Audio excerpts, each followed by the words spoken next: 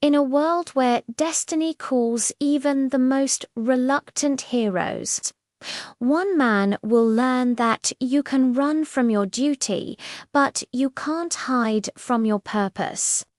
This is the story of Jonah and the great fish. Our story begins with the prophet Jonah living his life when a powerful, warm voice echoes in his mind. Jonah, go to the great city of Nineveh. Their wickedness rises up like smoke. Warn them. But Jonah hesitates. Nineveh, that place is dangerous. Those people are known for their cruelty. They'll never listen to a word I say. No way, I'm out of here. He grabs his cloak, pulls his hood up, and flees down to the docks. He finds a ship bound for Tarshish in the opposite direction and jumps aboard, believing he can escape his calling. Jonah chooses escape over obedience. But destiny is not so easily outrun. As the ship sails, the clear sky suddenly darkens. Dark clouds swirl in a dramatic, ominous vortex. The sea, once calm, begins to roar as if it's alive, with massive waves crashing against the hull. The experienced sailors are terrified. What's happening? The sea tits roaring like it's alive.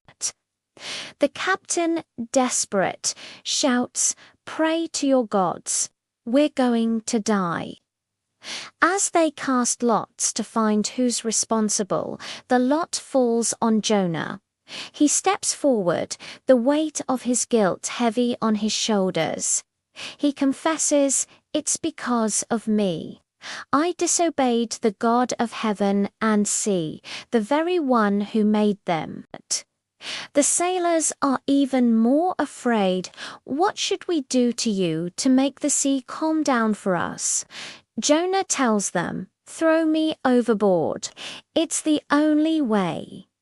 The sailors try to row back to land, but the storm is too powerful.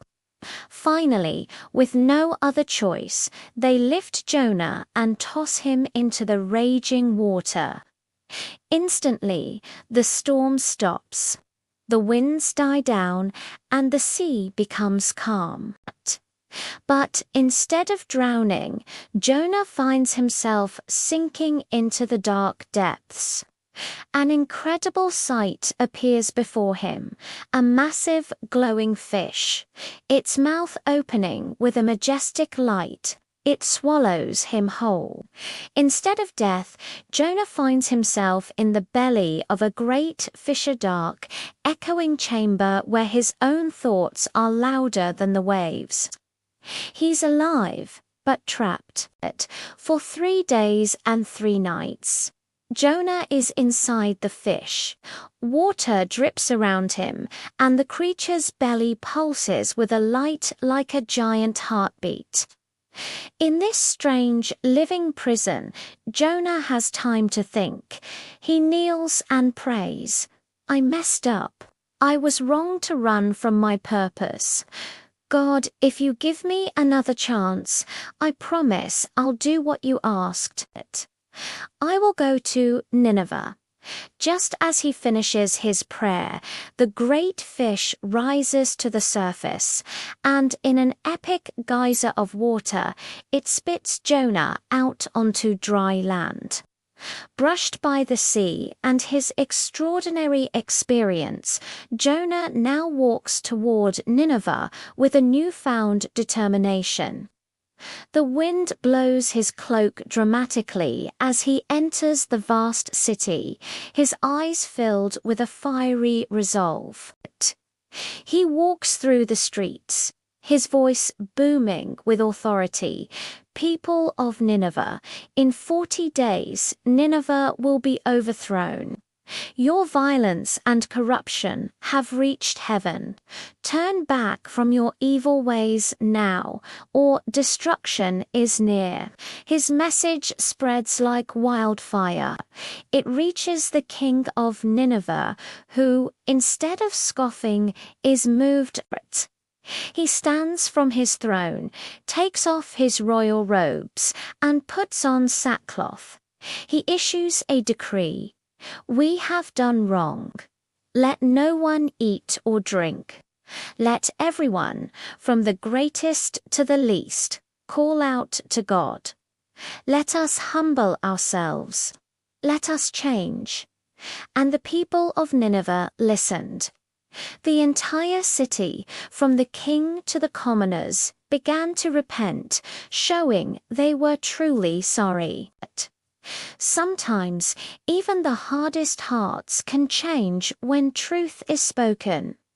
But Jonah's story isn't over. He goes outside the city, builds a shelter, and sits down to watch what will happen. He's frustrated, annoyed even. He complains to God, "I knew it. I knew you were a gracious and compassionate God, slow to anger and abounding in love. I knew you'd forgive them." What was the point of all that running and the fish? As he sits there, God causes a plant to grow, giving Jonah shade from the sun, which makes him happy. But the next day, the plant withers and dies. The sun beats down on Jonah's head, and he becomes faint, wishing he were dead. Then God's voice gently echoes, "Jonah, is it right for you to be angry about the plant?" Jonah snaps back, "It is. I'm angry enough to die." God then says, "You are concerned about a plant which you did not tend or make grow. It sprang up overnight and died overnight. But Nineveh has more than 120,000 people who cannot tell their right hand from their left, and many animals as well. Should I not have concern for that great city? Should I not show compassion to those who turn from their ways?" In that moment, Jonah looks at the city, now peaceful under the sunlight, and his expression softens.